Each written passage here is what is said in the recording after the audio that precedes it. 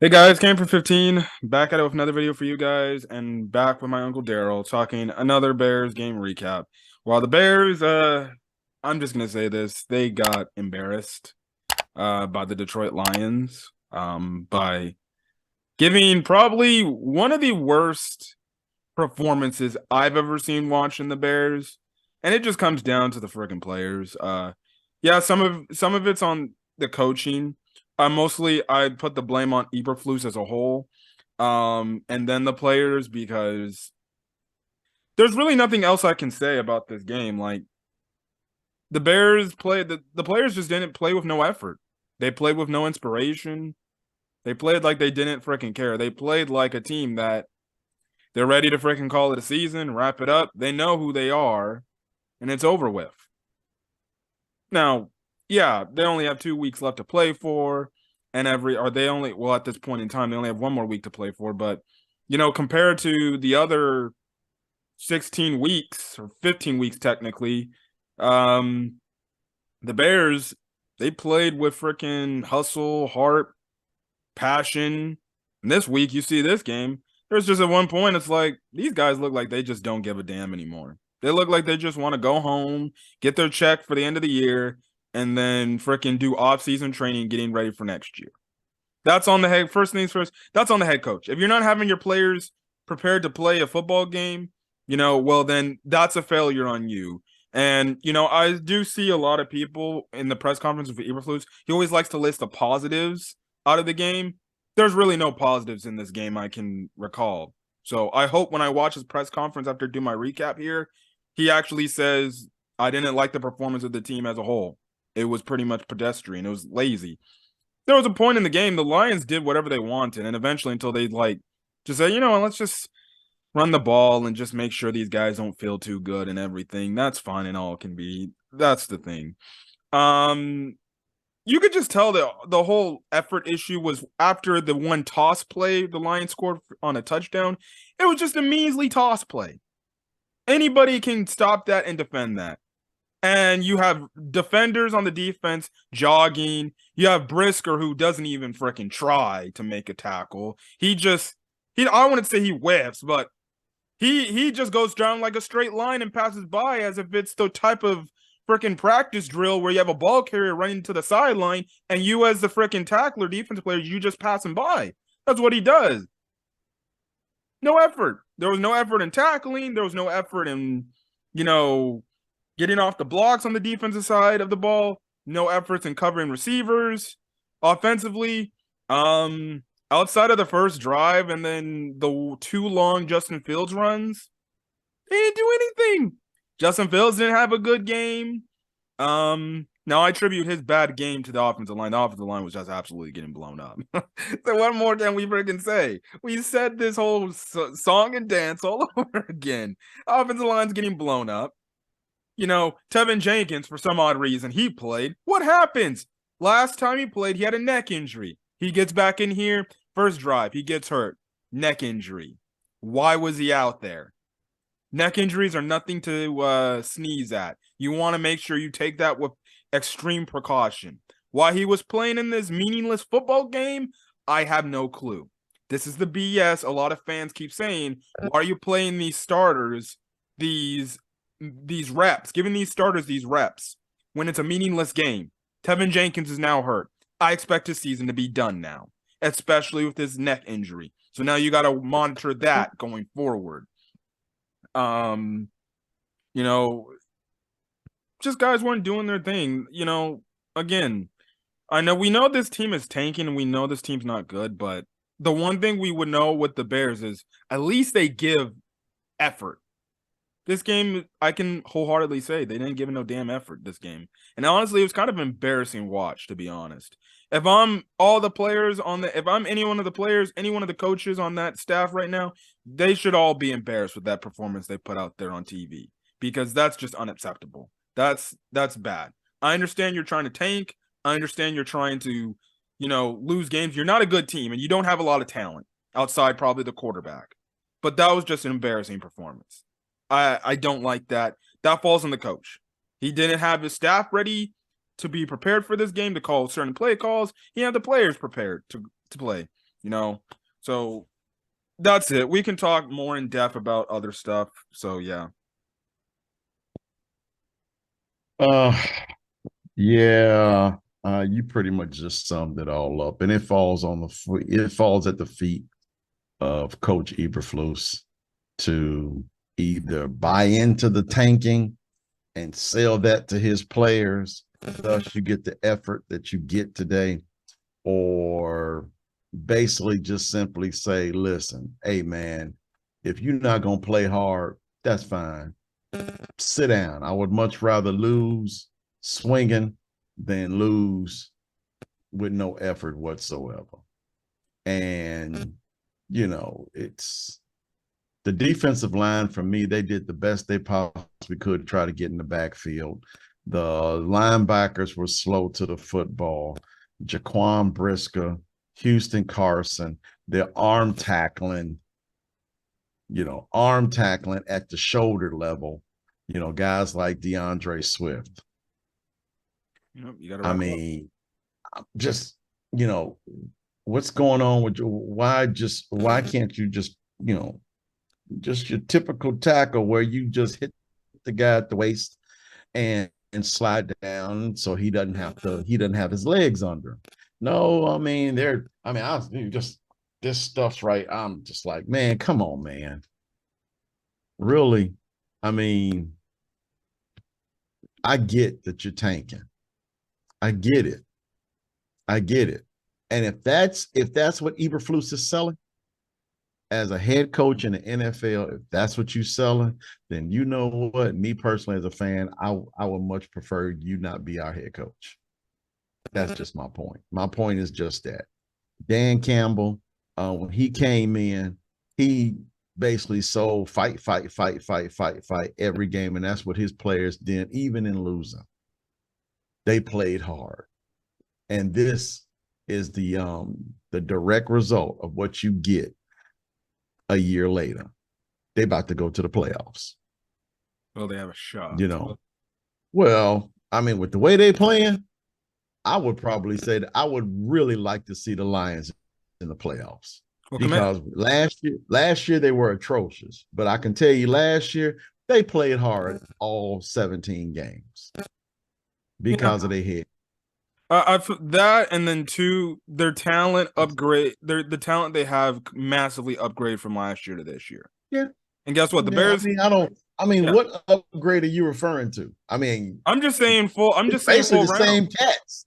It's basically the same cats in Detroit. I'm Same saying guys. I'm saying outside probably golf. Their entire team is pretty much fine. No, They rebuilt the defensive line. Amara was there last year. Yeah, Williams and Swift were there last year. yeah. But they didn't have like they didn't have Williams. They didn't have Chark at the wide receiver Yeah, position. I get it. I get what you're saying. They made some upgrades to their offense to the way they are right now, and maybe we should allow the Bears to do the same. Yeah, But one thing but last year they played hard, regardless of who was on the roster. yeah.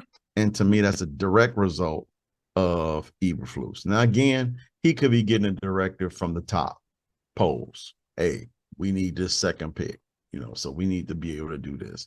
We want to tank, so we be able to do this. Now, we were texting earlier, and there is no rule dead set against tanking. Now, a couple of years ago, Stephen Ross of the Dolphins came up against, I believe, the competition committee as it relates to tanking. But as a fan, man, I don't like seeing the effort that we put out here today. And if you're not gonna give 100%, then my man, just sit down. Just sit down because this was totally embarrassing. I mean, this I don't even know. I don't even know how to describe it. It was embarrassing. Yeah. You know, it was just Yeah. this was just like I told you in the text. This is damn sad. Yeah. Pretty much. Damn sad. Um Other than I Justin mean, Field, yeah. but I mean, if we have to analyze anything, I mean, the defensive line for me, I mean, they did the best they could. They really could, given the circumstances.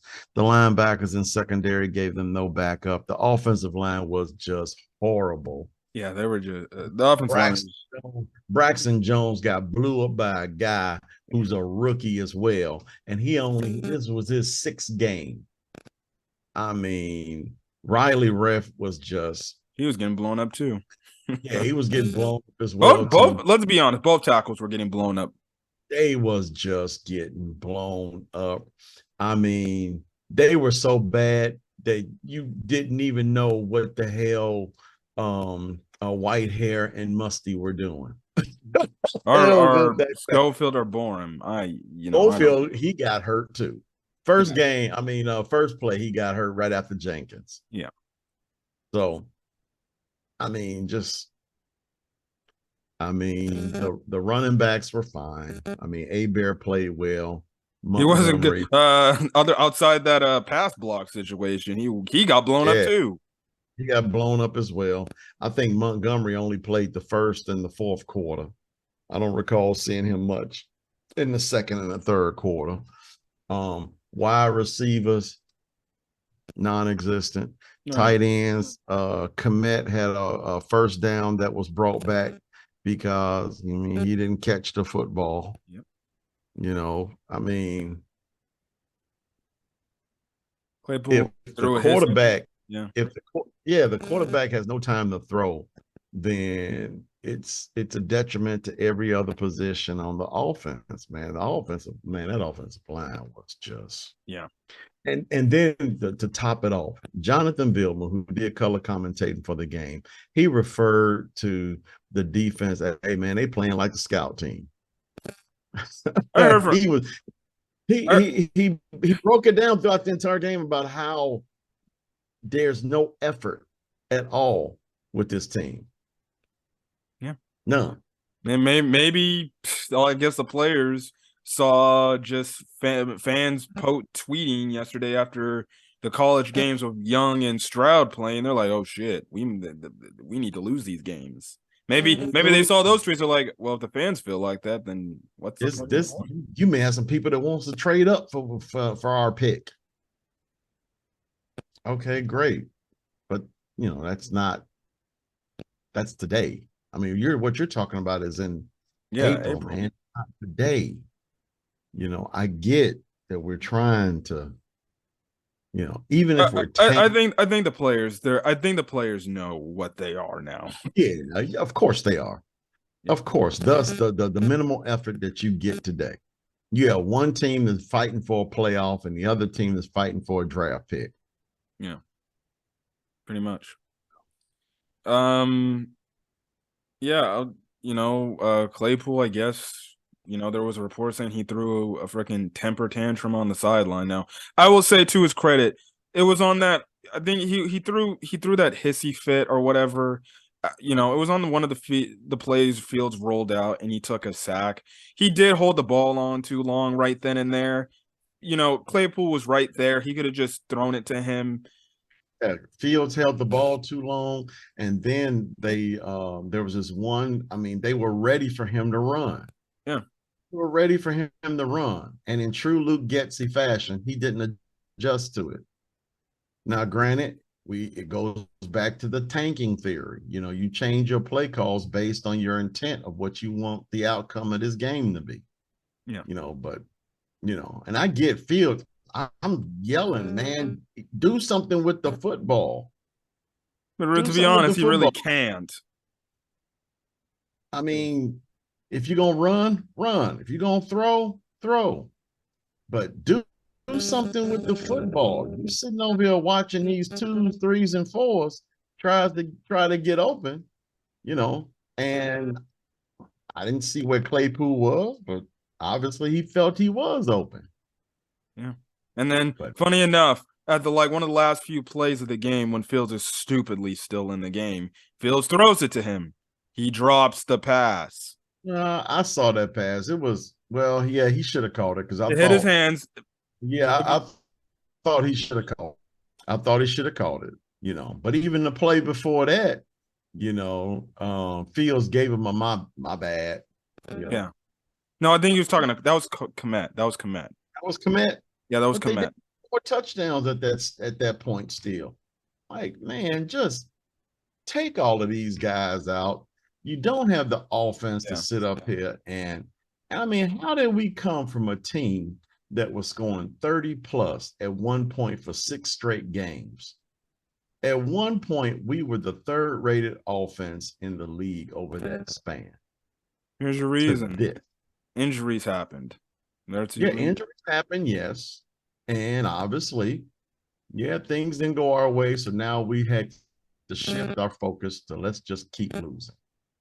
It's simple. The last time this Not, team was fully healthy on offense was the last time we played the Lions in Chicago. Donovan Mooney went down with an injury. Then Claypool went down with an injury. They were pretty much depleted. but the Lions are ready for him today, too. Yeah. Aiden Hutchinson didn't fall for that play action like he did last game. Yep. They didn't have Houston last game, and they popped Houston out there today, in Yep. which case he got what, 3, 4 sacks? Man, this was just a bad representation. Yep. And this is really bad. Now, granted, Tech got blasted too, but Yeah. So I'm pretty sure Lovie Smith had them playing hard. yeah. Um Yeah, looking at the picture going forward, again, we'll talk more about this and just our entire week recap for NFL stuff. But the Texans also lost today. They have one more game against the Colts, who I guess the Colts, Nick Foles got hurt. So I'm guessing they went back to Matt Ryan. Don't know. I don't. But I mean, I don't know. I yeah. mean, the coach season is over as well too. So you got 2 teams that's going to be, for all intents and purposes, tanking. I wouldn't be shocked if that game is 3-0. Yeah. So I mean, we got the Vikings next week. yeah. The only good thing in our favor is we don't have to worry. Now, that's if the Vikings win. We need the Vikings to beat the Packers today, not only to make sure the Packers stay out of the playoffs and their playoff chances are killed, but also this increases the chances of the Vikings win. They play their starters going into week 8 next week because the Eagles also lost to the Saints, and pretty much the first seed for the NFC playoffs is going to be up for grabs. Yeah. So, and when all that being said, I honestly think the Vikings, and I'm not changing my pick. I do believe I picked the Packers. I'm not going to change my pick because this should be a really nice playoff game. yeah. But I think with the Eagles losing, the Vikings are probably going to get that added incentive to send the Packers packing. Yeah. So that's good. But heck, even with the effort, the Bears gave today, the Bears would probably be getting blown up by the Vikings backup. This is embarrassing. Yeah. Another thing I kind of took issue with was Eberflus just having Fields just trot out there. I understand. You came out of the press conference this week and said, no, he's gonna play these last 2 games and everything. And I understand you want him to get the reps and the experience and everything. But at some point, when is enough enough? There's no point in putting him out there. There's a part in the third quarter, I'm like, we're getting blasted. Why is he still out there? Just take him out, Right. talk to him and say, hey, dude, your season's done. Don't worry Or about even playing. better, yeah, dude, the offensive line is playing like crap. Yeah. And we need to preserve your health. Yep. Because with the way they're playing, there is no way you'll be able to succeed in this particular game. Braxton Jones was bad. Riley Ref was bad. Jenkins got hurt. Schofield got hurt. I mean, Whitehair just looked non-existent. I mean, just the offensive line was just that bad. It was really bad. When you got rookies that basically got them 5, 6 sacks. Yeah. And that's why I was screaming at my TV. I'm like, why is he out there? There's no, you're just going to get him hurt. So I'm sorry, but he can't be out there next week against the Vikings with their How much experience do you think he's going to get? None. In these in a meaningless game. Absolutely. How much experience do you think he's going to get in these last 2 games? None. And the I fan base mean, already knows you guys are tanking, so they're not going to hate you for it. correct. Just throw Peterman out there And let and him. let's move out. That's You why know, I'm let's say go, Fields got a damn ankle injury or ankle you injury. know, He got a shoulder yeah, injury. you know, something. Next week he shouldn't play. Next week he shouldn't play. They He should just really die. should. They should just diagnose him. Oh, his shoulder or his ankle flared up. He's gonna be out this week and preserve Well, him. think about it like this: our best offensive lineman is down. Yep. You know, I mean, our best. I mean, I guess we can say our best wide receivers are down. Our best player out of the secondary is down. Yep. Our best linebacker is Yeah. down. It's like, why are we putting our best quarterback out there under these circumstances? Yeah. Makes I, no sense. I feel like Bowles has to Makes go down and tell him, like, dude, no, just no. let's play for the future. Because this guy goes out there next week, he plays, he ends up breaking an ankle or he tears an ACL or tears something else. Well, then guess who the blame's going to go to? That's going to go on the coach because he had And, ample opportunity to take him out and just tell him, dude, I understand you probably want to play, but it's not worth. We're not jeopardizing your health for the future of this team. and check this out. This, you're a wrestling fan or WWE fan. You know what it's like when you see these guys taking falls and they know how to fall. Justin Fields does not know how to fall with that football. He really doesn't. He gets twisted, he gets contorted, he sits up and that last sack where Houston got him, and Houston was in bad coverage, and Houston came back to come get him. He twisted his leg and he practically did a 180 while Houston was grabbing his leg. I'm like, and even then he should have threw the ball away. I think he just took the sack because he needed to just take the sack. What's the point of putting the ball away in harm's way? Just fall down and take the sack. Fall down. But when he falls, man, it's just like, and the fumble. Oh my goodness gracious. What was he thinking holding the football out like like there was nobody around him? I don't know. I don't See, know. when that play happened, I was like, Anyway, get him out. When he got hit like that, get when him he out. pretty much got sandwiched like that, I was like, get him out. Get him out. He's gonna get hurt. But he And had, Anzalone, and I think it was Anzalone who followed up the hit, yep. if I'm correct. Yeah. And he even got twisted and contorted then too. Yep. And then it's Like, like last get him offense, out. like last offensive drive, he's still out there, and I'm like, the Lions put him their backup quarterback, and you're still 2 minutes left to go in the fourth quarter, putting him out there. He could get hurt still. What do you think he is going to do? It's 41-10. What are you going to do? It's 41-10. It's 5 minutes to play with this offense. The offensive line is playing like crap. You think they're just gonna all of a sudden put it together? I guarantee you the reporters probably asked him that question in the in the press conference, and I know he's gonna say, well, we just wanted him to get some play time. That's gonna be a BS answer. That's gonna be a BS answer. It is a BS answer. It is a BS answer. What do you expect him to learn these last two games? Nothing.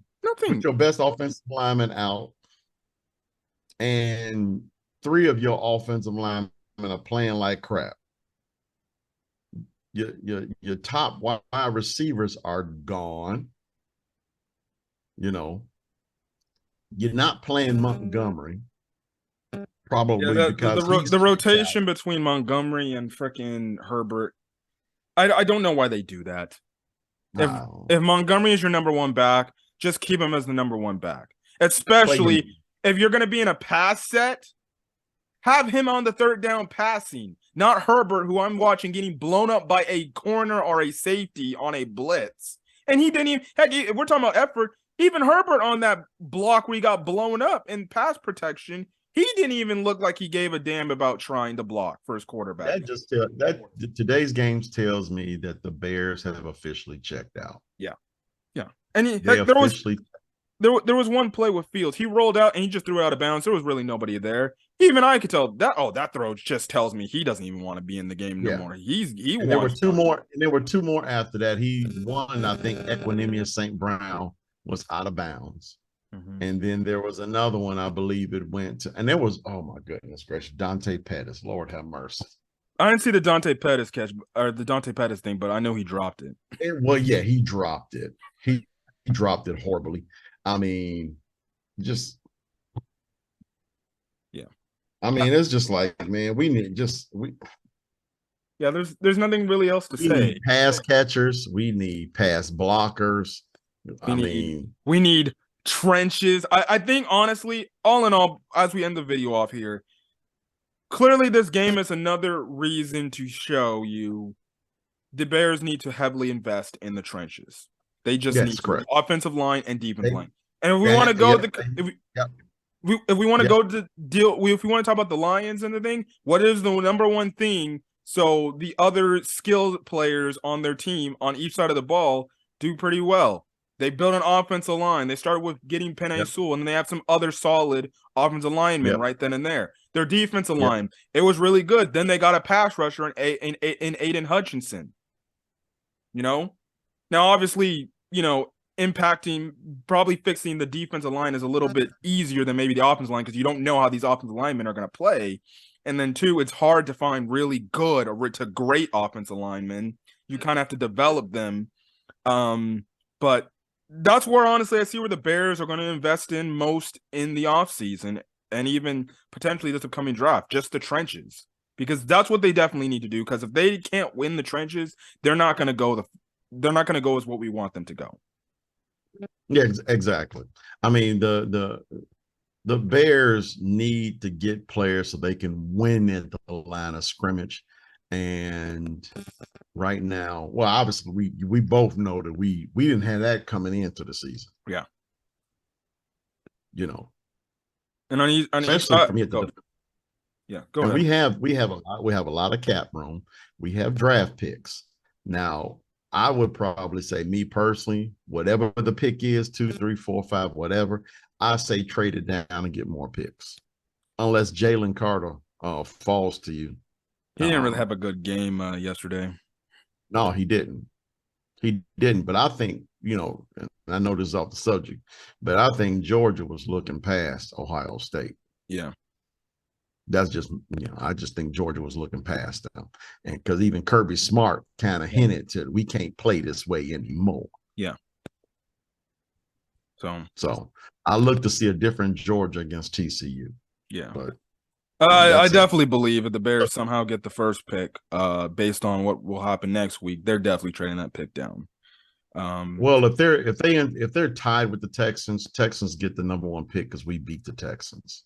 No, So the Texans have that tie. They win in one more game because of that tie. We get what first tie? pick. The Texans have a tie. Oh, yeah, that's correct. That's right. So our records won't be identical. Yeah. So you're right. We'll get the number one pick, and I'll say trade it down. Yeah, if they get the number one pick, I say, because I got to admit, if they get the number one pick, and we both know that Stroud and Bryce Young could potentially be that number one pick, I say trade that bad boy down, get about 4 or 5 draft picks, and move out. Yeah. Even if we get the second one, yeah, trade it down. Yeah. Because a team's going to be desperate enough. Heck, they might be desperate enough to draft Will Levis for some odd reason. Yeah.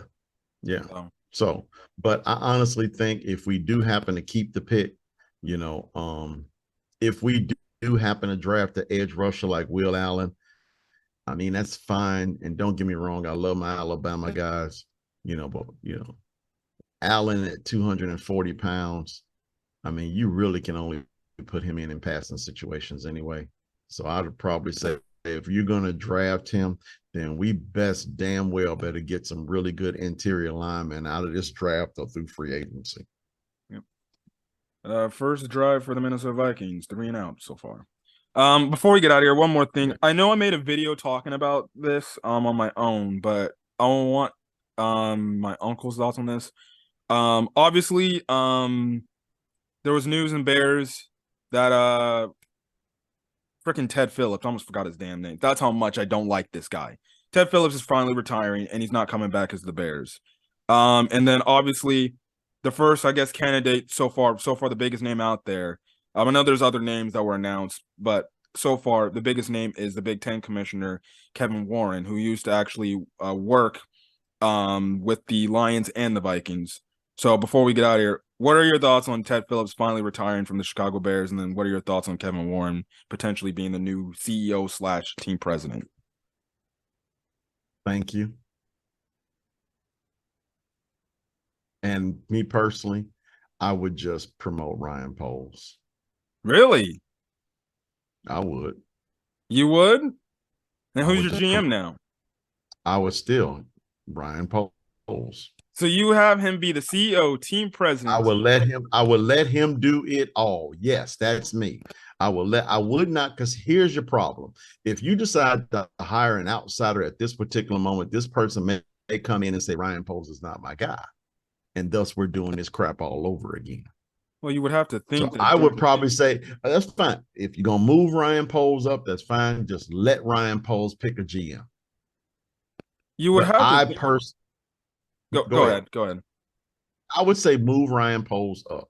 That Okay. way he's still in charge, because he's already laid the foundation and the groundwork to build this franchise back. You bring in another person after Poles has been hired, and then that way this person can come in and break it all down if he doesn't like Poles. You would I have to wouldn't do it. you would have to think that the interview process for the new CEO and team president would have to be, well, you're gonna have to deal with polls and everything. Maybe they're handling Maybe. it like this. Maybe their CEO and team president thing is more of a financial thing, like stupid Ted Phillips was. And maybe they Maybe. strictly tell polls, and maybe that's the end, because remember, polls is only supposed to go to George McCaskey about other football stuff. He doesn't have to report to the team Okay. president. I get all of that. All Yeah. I'm saying is that given the history of this franchise, Oh shit. It's given the seven history of seven 7-7 San Francisco and Las Vegas. who would the Devontae Adams get that 7? I don't know. Oh, Seattle's up 10-0 on the Jets so far. Oh, Jets can't score. Jets won't win. But me personally, that's what I would do. Promote Poles, let Poles pick the new GM. And then that way everything Poles puts in place stays. It would make sense if that's the case. If that was, I don't think that's gonna happen, but if that's the No, case, I know it's not gonna happen. You know what? oh yeah, if that's the case, then why not just have Ian Cunningham be the GM? That's fine too, just so as long as everything that Poles is currently put in place, Vikings 16 block. games later. Vikings block the punt. They're in. They're on the ball's on the 2-yard line. Mm. Vikings are in playoff mode. They don't have a choice. Philadelphia lost. Cowboys won too now. Cowboys got a shot to get that division if the Eagles can't win next week. Yep. Anyways, So that's kind of it with what we want to say about the Bears. There's really nothing to go in depth about other than just simple nitpicks. Oh, I forgot one more thing. The one thing, the stupid end of the first half play call. I don't know what the absolute hell that was. I literally thought, okay, you're going to go Hail Mary. Just throw it up, see if one of your receivers comes down and you end the half, maybe, scoring and getting a touchdown and maybe actually making the lines be like, oh crap, we better take this game seriously. Which made me think that I wish Bayless just returned that for a touchdown anyways. But I see this play. I see practically every receiver running, not even running. They were all jogging, just drag routes. mm-hmm. And I'm just like, Mm-hmm. you're not even doing anything. And obviously Justin makes a really bad throw. But at that point, I thought it was a more of an effort throw. I could care less. As long as time is off the clock, I could care less. But that's That's one a of the defense. I was gonna say that's a defense that Ohio State should have played in that last minute against Georgia, and they probably would have came out victorious. Just dropped everybody back in coverage and double spy the QB, which is what they did. Double spy the QB to make sure he don't run, and they dropped all 11 back in coverage. Yeah. And me personally, at that particular moment, you can't do anything, man. Just throw it into the end zone, but there was nobody in the damn end zone. They were all just throw the damn ball away in the half, move out. I don't know what that was. They were just all jogging like they could have cared less. Whatever. Yeah, man. It was like, I'm not gonna be here next year, so why should I play hard for this team? Yeah. So Yeah.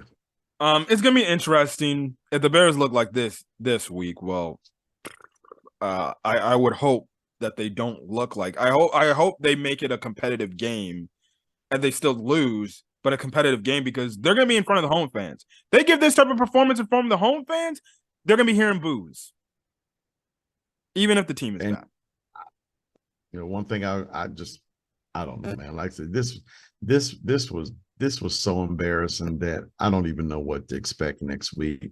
Yeah. Other than the end of the season. Yeah. You would have to think during practices and even in the meetings and stuff like that, Eberflus has to get the point across. This is the last game.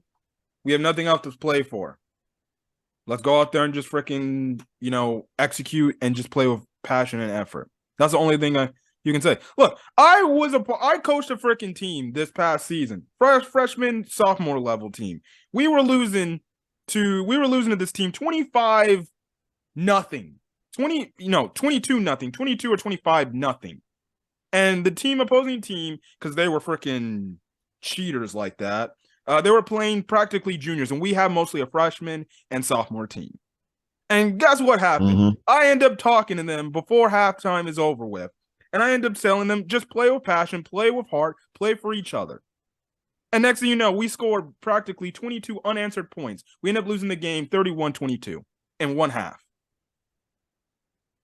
That's all Eberflus has to tell the players. Simple as that. All Eberflus has to do.